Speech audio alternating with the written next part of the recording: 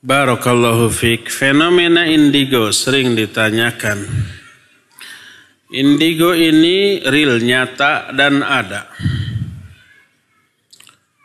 Dan penyebab utama terjadinya indigo pada diri seorang anak adalah karena mungkin kakek buyutnya ke atas dahulunya pernah ada yang menjadi dukun, tukang sihir, atau peramal, atau yang sejenisnya yang pernah mengadakan perjanjian dengan setan dari kalangan bangsa jin.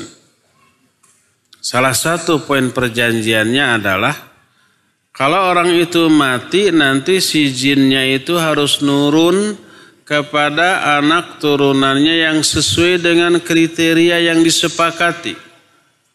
Belum tentu menurun ke salah satu anaknya. Mungkin ke cucunya, ke buyutnya, atau ke beberapa generasi berikutnya mungkin. Ya, begitu ada yang sesuai dengan kriteria yang mereka sepakati, maka setan dari bangsa jin itu masuk mendekati anak tersebut, lalu terwariskanlah kemampuan kakek buyutnya dulu secara otomatis kepada anak itu. Akhirnya anak itu kecil-kecil sudah bisa melihat perkara-perkara yang orang lain tidak bisa lihat. Coba setiap kali ada anak indigo, telusuri ke atasnya. Lihat ayahnya siapa, kakeknya siapa, buyutnya siapa. Terus pasti ada satu generasi sebelumnya yang ada pernah menjadi dukun, peramal, atau tukang sihir, atau yang sebangsanya yang mengadakan perjanjian tertentu dengan setan dari kalangan bangsa jin. Itulah fenomena indigo, ya. Bisakah disembuhkan? Tentu saja bisa.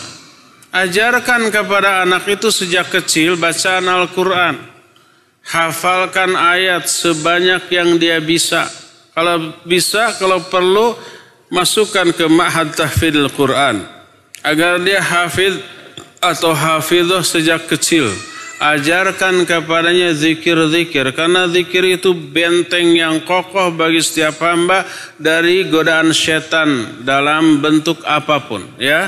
Di dalam dirinya ada Al-Quran yang selalu dia baca, yang selalu dia wiridkan. Ada juga zikir-zikir yang diajarkan oleh Rasul SAW kepada kita.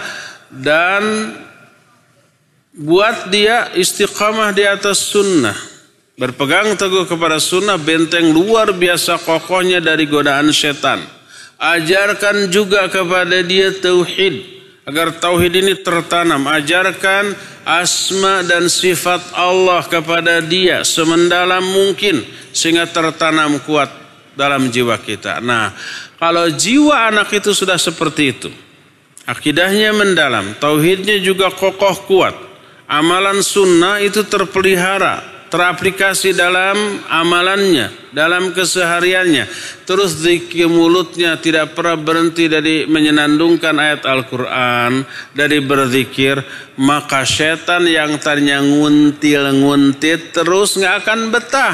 Dia pasti pergi meninggalkan dia untuk selama-lamanya. Akhirnya fenomena indigo dari diri dia itu akan hilang.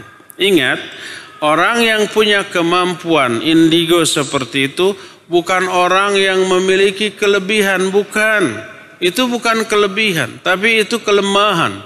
Apa bukti kelemahan?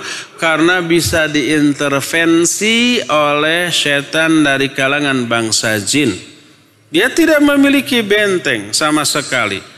Jadi benteng pertahanan jebol, dimasuki oleh setan, lalu dipengaruhi oleh setan. Dia akan tersiksa, terganggu, ya. Tiba-tiba melihat ini, tiba-tiba melihat itu, dan seterusnya. Tiba-tiba ada yang membisikkan ini, membisikkan itu.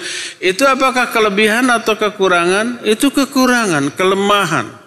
Orang yang kuat, yang memiliki kelebihan adalah orang yang mampu membentengi dirinya dari intervensi setan dari kalangan bangsa jin.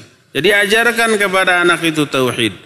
Ajarkan kepada anak itu hafalan-hafalan Al-Quran, zikir-zikir, anak itu didik untuk selalu berpegang teguh kepada sunnah, maka setan dari kalangan bangsa jin akan menjauh.